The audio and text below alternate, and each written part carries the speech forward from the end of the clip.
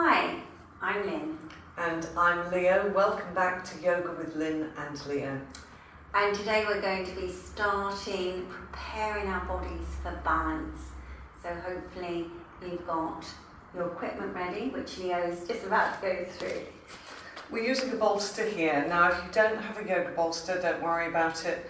If you have some foam pads, you can use some foam pads instead. If you don't have foam pads, then some folded blankets or towels will be fine. We've got a yoga belt. Again, if you don't have a yoga belt, you can use a dressing gown cord, tie, and a couple of yoga bricks. If you don't have yoga bricks, you could always use the seat of a chair to take your hands to. Okay, so we're going to start in a forward bending action, but before that, we're going to come for Tadasana. So some of you will be very familiar with the Tadasana action with the feet together, taking the weight back into the heels and seeing that you lift up through the fronts of the thighs. Go and see that the front of the body is ascending. So you have to lift up from the very base all the way up towards the top of the chest, and then rolling those shoulders back and down. So at this stage in our Tadasana action, we're trying to get this extension from the legs, pulling up the knees, or reaching up through the center of the body and opening across those collarbones. So these areas here need to be very broad and open. We're going to then take the legs for Prasarita Paddottasana, which is extended forward bending action. So just take your fingers towards your chest. We're going to jump those legs apart. Jump in the legs. Now place the hands onto your hips. Roll back your shoulders again. Be sure that you lengthen through the front body. And now we change direction slightly because you need to take your attention into your back spine. So be aware of the back of the pelvis and see that you move the pelvis towards the leg side. So although the legs are pulling up, you have to see that actually you weight down with the pelvis and lift up through the front. And then hinging at the hips and coming forward, taking the hands onto your bricks, which you can see here Leo has put in front of you, in front of her action. Now we have to become a little bit more aware in this action that if the back starts to arch in this way, then you need to put your hands onto the top of the chair. It's really important that you start to train your body in this way. If you can take your hands down to the bricks and maintain that support at the back, then absolutely fine, and maybe you can turn the bricks a little further. And then maybe taking the hands to the floor. So maintaining the preparation of the pose there. So don't think that this is where you go straight away, particularly if you have different disciplines in your body or you have occupational postural problems where you've got tight back, tight legs, then you have to just take your time with this. So being in the pose is very important. Being sharp in your outer foot bones, scanning the body from the base, pulling up through the kneecaps, the front thighs is really key in this action. And breathe. Alright, so we're going to come back out of this action now. So see that you lift through the front body firstly, and then see if you can come up. If this is a little bit challenging, then you can move your feet in a little and come up with a smaller stride, as you can see Leo is showing here in the practice, and then coming up. Bring the legs completely together. Roll your shoulders back and down. Just take a few moments to recover. So we're coming for our next pose, Parsvakonasana. So we're revisiting this action. You're going to need to have your bricks to either side. And again, we're going to start with our hands to our chest. Now, keep that lift through the center of the body. Prepare to come into the jump. Jump those legs. So of course, if there is tremendous stiffness in the legs and back and there's a problem there, then of course you can step your legs, that's no problem. But we aim to jump eventually when we get those joints moving. Keep the lift through the centre of the body. You're going to turn to your right side, turn your left foot in, turn the whole of your right foot and leg out, and then come into this action. This is quite challenging because this is like preparation for Trikonasana, the legs straight at this moment in time, but this is when all the work needs to happen. Remember, we visited this before, you've got to see that you rotate the inner thigh to the outer thigh. So just trying to get that action. Maybe that you sharpen the action on the outer foot bone so you can really get that understanding of the leg extending, opening, lifting up, and then bend that front leg into a square. Now straight away, rest the forearm onto the thigh and just be there for a moment. So when you're in this position, you can see here that Leo's got a fairly good stance with her leg position. Remember, the thigh bone is quite long, so therefore if you're going to make a square, you've got to see that you take the legs wider eventually. It may be difficult at first, but keep the practice going. Then taking your right hand down to the brick, see if you can maintain that action. Keep rolling the top shoulder back and down. See if you can take the hand a little bit further, maybe even to the floor. But we've got to remember that when we go down to the floor, that we don't spread out. So this buttock isn't coming for, you can see this action. So these are actions to avoid if you want to have skillful practice eventually. We've got to see that we just gradually unfold some of those habits. Roll the shoulder back and down, then lift the top arm up. Now to take the arm over the ear can be quite challenging in the very beginning. So this is a good stage. If you're able to rotate in the socket itself and then take the arm over, then good. But if the arm again comes forward in this way, then no. You've got to see that it comes up, and if it's not coming up, if it's like this and it just won't straighten, then place the hand onto the hip and just work at rolling the shoulder. And we will go through some shoulder work eventually in our next videos. Okay, so we're in this position, taking the arm over, reaching to the fingers, take a breath in and come up. So that was rather a long time in the pose and turning the feet. Just relax the arms down for a moment. Just recover for a moment. So when you're in the pose, you have to be able to be steady and strong. So to increase that mobility, we have to see that we just don't completely collapse in the pose and that there is some structure to it. We're coming to the other side now, extending the arms out to the side and turning your right foot in and your left foot out. So continue extending up through the centre of the body, keeping the back leg strong and straight, pull up the kneecap and the thigh, and then making a square with your front leg, any amount, and then resting the forearm onto the thigh and placing your hand onto the hip. Be in this position and just pause for a moment. These pause moments are very important. Then taking your left hand down to the brick, roll your shoulder back and down. Keep that lift, extension, opening, and then see if you can keep and maintain that. If you can take the hand a little bit further down, do so. Otherwise, keep it upright. It is really fine to do that. Don't think that the main aim is to get the hand to the floor. Well, of course it is eventually, but actually with precision and alignment. So don't lose everything that you've prepared and worked for in trying to complete the pose without keeping the actions. It's really important. Now extending the top arm up and rotating and taking the arm over.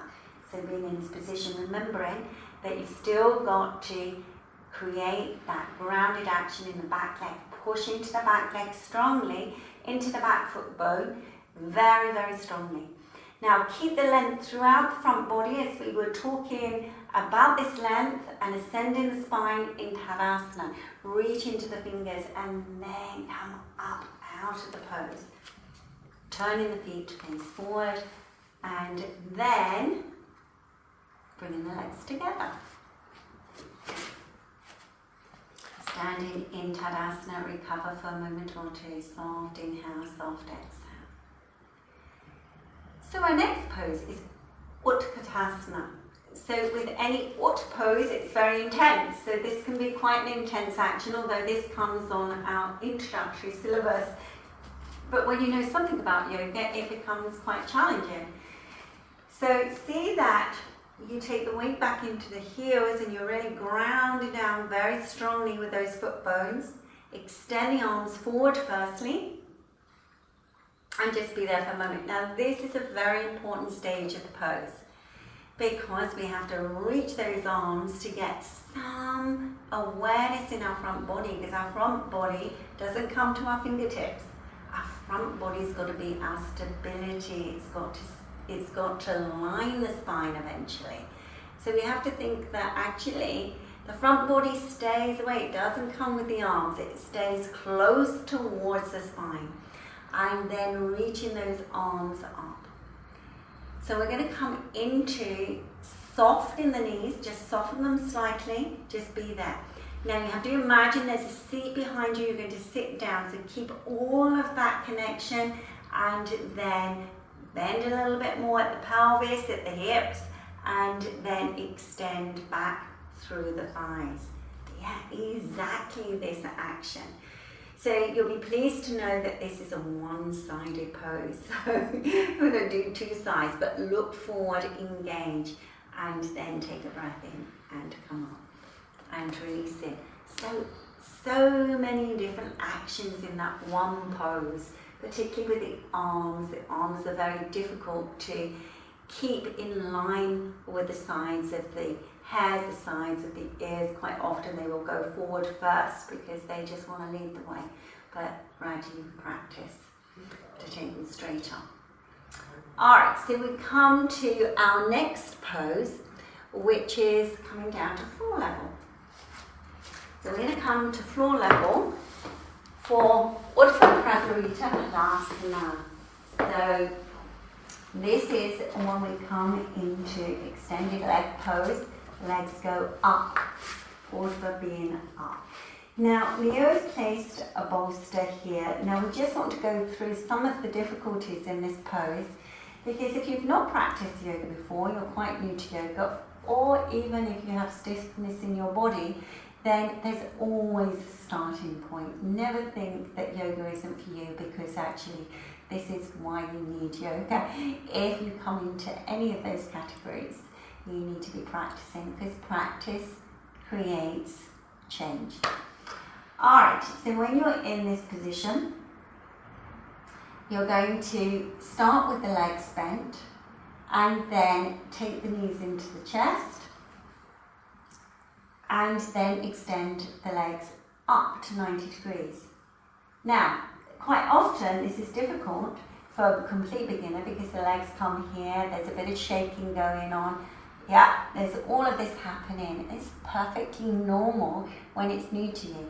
So bending the knees into the chest, you're going to take your belt or your dressing gown tie, but do invest in some of these props because they will help you along the way. You will discard them once you become a little better at your practice, but at this stage we really need them. Excuse me. Oh, bless you. Bless you. Now, extending the legs up. Extending the legs up. Now, always see that you extend right up into the balls of the feet, keeping the legs nice and straight. And what's really important here is that you take the thighs right back. Not literally, but the front of the thighs need to go into the bone. And the abdomen, as we was talking earlier about the direction when we extended the arms in Urdhva, in the Utkatasana action, we have to see that actually the abdomen doesn't come with the legs. It has to become your anchor, not firmly or holding or gripping, but softening. When you soften your abdomen, you can direct it. When it's really hard, then you just force it. So we want to encourage this length and softness in the abdominal area. Now here comes the challenge. taking the arms above the head. So some of you will be able to do this, no problem, but others may find that the arms are really stiff and it's difficult. So you can go one arm and then the other and see how it goes. If it's too much, go back to the belt. And you can see here that Leo's placed a bolster. Now, if you find it difficult to reach the arms to the floor, then you need to have them perched somewhere. Don't ever let the limbs hang about, wavering about in thin air. So you can see here with Leo's demonstration, and this is hanging. This is not going to give you any support, and these arms, you need the support of the arms to encourage the length of the trunk so that you can get the extension and the yoga strength in the pose. So you're going to just ground down into this bolster, extending into the fingers, softening the breath, extending up into the belt. If you've still got it dangling, it gives you just a really good anchoring so that you can reach up even more. If you're holding onto the belt, then all of these actions are relevant, and eventually you will grow into this action.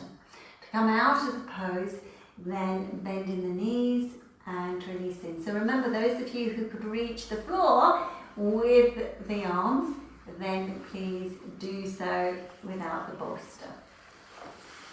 Alright, releasing the legs down. So we're coming for our next pose, which is Bharadvajasana. So we're going to use the bolster for this. Now, some of you, if you've got knee difficulties or problems sitting, you can sit on a chair to do this. We have demonstrated this action previously, so do have a look at it up in one of our other videos, or maybe we'll mention it in the description. Alright, so sitting on your bolster.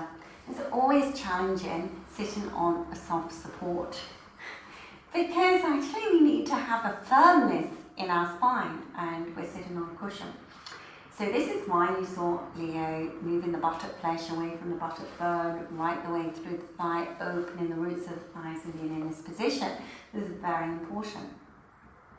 And lifting up. So before we start any floor work, or any twist or forward bends, or whatever it may be, we start in this position. So it was different when we were in this supine action previously, but when we're upright, then this is the go-to pose, Tadasana. Only just breathe for a few moments and to see where you are with this. So bring in the feet, they become neutral eventually, but to sharpen the action on the leg, you bring the toes towards you. This will give you a different action on the feet, on the heels, on the length of the calves, and all of this is very important. Alright, so for Bharadvajasana, I'm going to take the legs to the left firstly, because we're going to turn to the right. Now, just have a look here. We have demonstrated this on many occasions, but if this is new to you, then just have a look at the video and see that you're placing your feet in this way so that the top foot is on the instep of the lower foot, and then try to get your balance. Now, what tends to happen in this action is you kind of do a bit of a landslide. So you've got to really ground down into that left buttock as much as you can. That crease has got to go down, and from there, lift up strongly. Now you're going to take your right hand to the back of the bolster. Now, if you haven't got a bolster, don't worry about that. You can sit on a slight height if you've got a cushion, but make sure you've got something to put your hand on, which is a little bit higher. And then taking your left hand in front and just being in this position. Now, you've got to use that front arm and the palm, so you press very strongly against that thigh, so it gives you this connection to lift, because it's a contact. Would say it's a contact for you to then ascend the spine. So it gives you a little bit of a fulcrum, as does the back hand. Now you probably can see that Leo with the back hand has walked all the way to the outer edge of the bolster.